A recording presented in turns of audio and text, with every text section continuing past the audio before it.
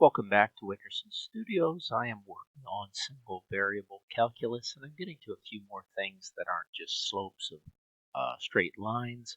And we're going to go through a bunch of quadratic equations, starting simply with a script that allows me on a nice little grid down here that has scoops out in different directions. What I've ended up doing, and I'm just going to take off this negative for a minute. You'll see why I'm doing that. I basically have a parabola that I'm scripting and using y is equal to a times x squared plus b times x plus c, and those digits are playing within a range of here, which I can play off of. There's a few snapping tools just so I can work within a circle.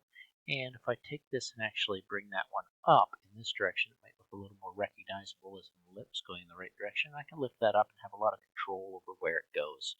As long as I keep B in the middle, it doesn't skew to one side or the other, and it doesn't upset what I've written into the script. What's nice is I can throw it in the other side, which is kind of fun. Just take this one and go enable. It just allows for a mirrored image of that ellipse to happen here, so you're dealing with a couple other shapes as well. But I do have the y-intercept as a nice little value here that I've used where did I put it? A 0.5 on the curve analysis that basically says when when x is at 0, that's the actual point of y, and it defaults to z is 0 because I'm not really going in that axis. So that's it. But on top of that, I also thought, well, let's just analyze the curve at any point, find out any point on the curve. You can see right there, you get the x, y, and z at 0 value every time you go around through that curve, and that's mirrored nicely by the curve underneath.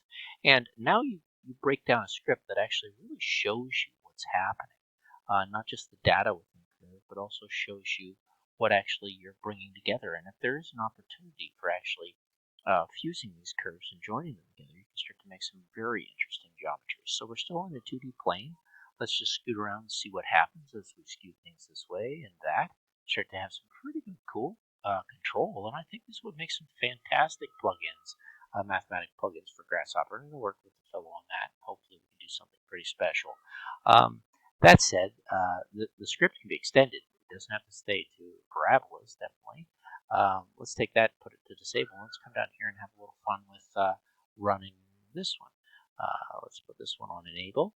And you can see I have a circle set up, and I've just gone in and I'm just putting down for the equation. If I was looking here, then obviously I could solve for x by having it plug into this familiar script, negative b plus or minus the square root of b times 2 minus 4ac over a, and that should be over 2a. There should be a hyphen there. I'm not sure why that's not there. Well, it's probably not there because, well, I cut and pasted it. It should be there.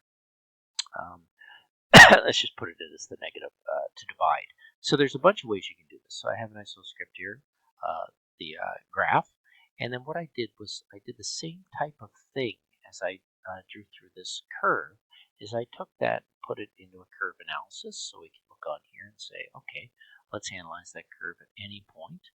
As long as that gets down to about 0, if you can bring that to about 0, it would actually tell you where the y-intercept is. And I think I might have taken it off for this one because I wasn't even concerned with y-intercepts. There's going to be two numbers anyhow. So I can analyze that point at any time, and I think I put it on, well, I should just have it bump over a little bit, but you can analyze where any point is. Now the magic of this script is I am mirroring it. I am taking it because I need the plus or minus. If I'm going to do the square root, it's only going to give me the plus out of here.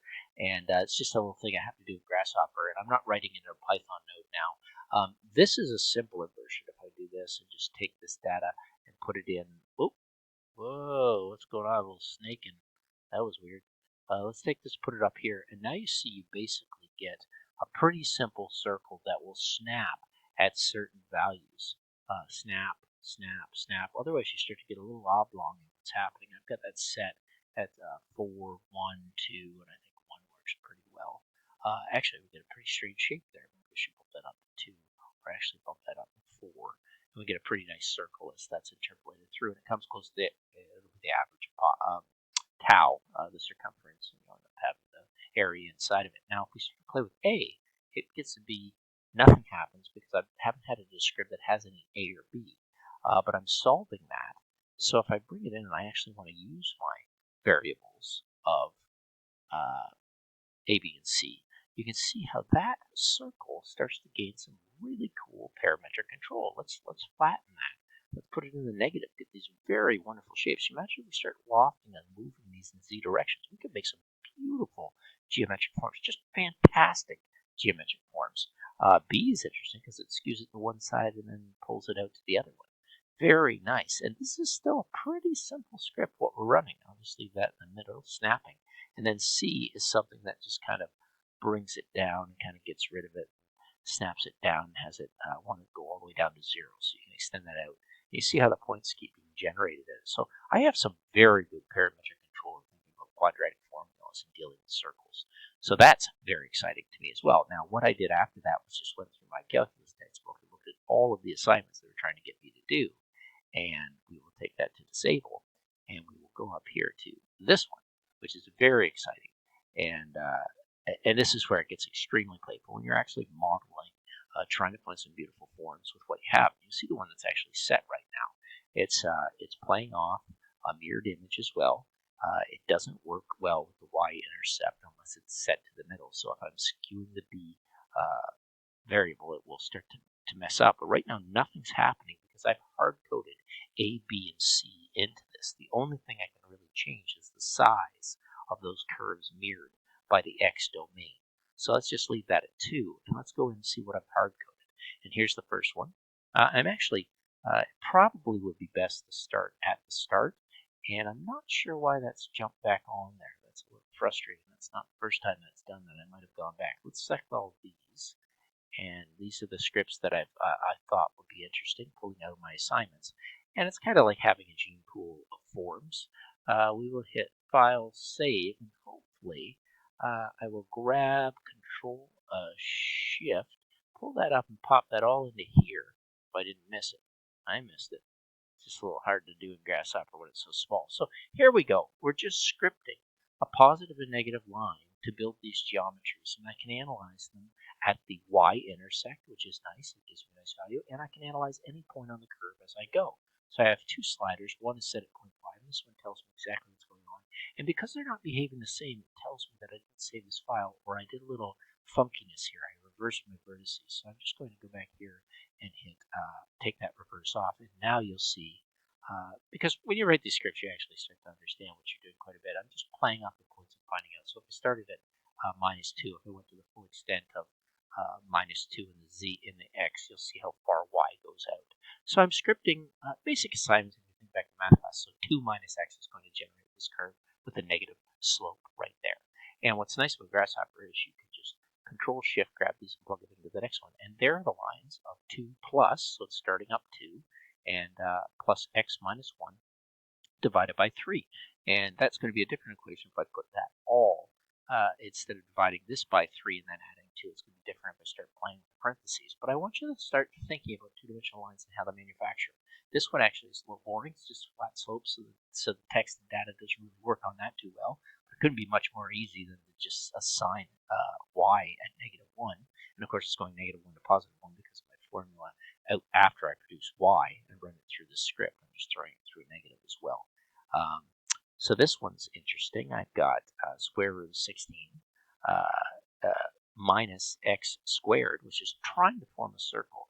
And of course, it breaks down a little bit here because the number itself is not solving outside of that. You can play around with your sliders as well, but let's pull this one down and see what happens when I put it into square root 25 minus x squared. And what will happen is you play with your domain, come back in here, and fudge your domain up to things like 4 and 5. You can close off that circle. It's 5 square root of 25 is 5, so it actually starts behaving well within that. So think of it as double curves. Think of it top and bottom. Play with that negative, play with that square root, and start to figure out what that does optically. Here's another one here, that's 25. Now what's interesting, I put the x plus 1 on here, which skewed it. And it's very interesting data if you start to think about what is actually happening to those curves as I'm going. So I'm going to try and close that curve with a Boolean. And this is where, things really do get pretty awesome. So I can close that with a Boolean, and I could probably stand to copy that and put another Boolean in here. And then what happens when I start to close it? You see that curve is trying to wrap around itself and does this nice little twist like this. So I was playing with reversing curves and seeing what's happening as I do that, to see what is happening within those lines, but build your geometries through the logic that you're expressing in this node scripting. And it's sometimes nice in Grasshopper to do node scripting before jumping into Python. Even though it can be more efficient in Python and C#, Grasshopper still plays to really explore and model. If you're used to modeling Rhino statically, this is just going to amp up your game while you're here. So take out the reverse, and I kind of like that curve that can be generated. You may want to do that, and if you start to loft these points as they go through and play with them in the z-axis, you can have some gorgeous mathematical curves and forms. And I'm not trying to tell people what to do. I'm not trying to teach basic math. I'm like, what can we do with this? And this is nice that you just add a +1 here. It starts to step away. So you start to understand, oh, if I add another coefficient in there, 3, well, obviously it's going to jump away a little more. And I start to have these really nice architectural or jewelry or sculpture-based formulas. Now, this is nice because it's playing back on the ellipse, and that should be somewhat familiar. But once again, we've hard-coded and found the ones we really like. So play around with the sliders till you actually find the scripts and geometries that you want to stay with. And I like these ones where you're adding these x times 2. And what happens, and where I'm trying to go, is starting to introduce the quadratics of, let's say, x squared plus y squared plus, let's say, 2x plus 1y equaling a coefficient, which could be just set to whatever coefficient that is, equaling y. And you start to end up with these really great equations. So you can see where these end up start going, and you have a lot of power in here. And if you ever want to get in here and say, okay, I don't want that to be, I want to have control over that with A, because I don't know where I want to go with it, put that back in here and then go back up to your number sliders, find your A, and start playing around with that, seeing how you can shift and really make some interesting forms and shapes. Look at how that kind of dips and drops and changes. Like, that's a really nice water pattern as to what happens. Now, of course, I'm just trying to find some geometries worth making, but I am getting stuck pretty much in the math. So I like a lot of these. If I find ones that I like, I'll save them.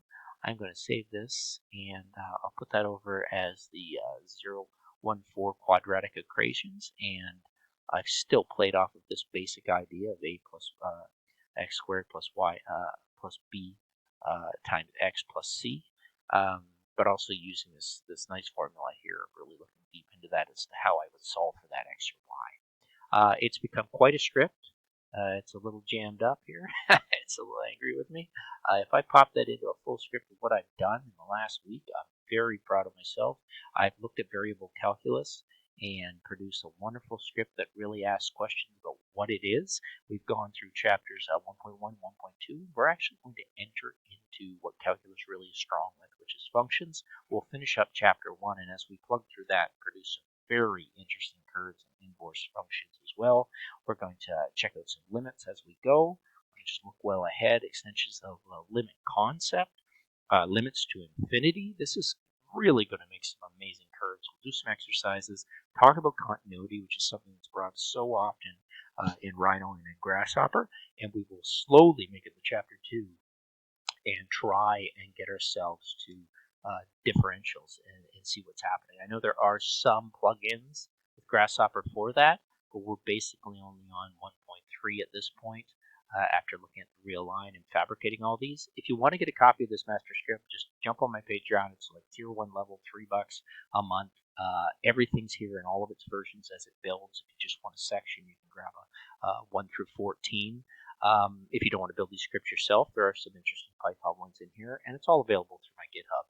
In a matter of a month, I'll probably make the first thing open public repo as I go deeper and deeper, because it's pretty endless when you start playing with mathematics. It's hard to say where you'll go and what you'll do. I do think my scripts are incredibly informative. There's a lot to play with as exercises, and it's kind of like a live math text that I wish I had in the early 90s and late 80s last century, and I probably would have stayed with mathematics longer in my life.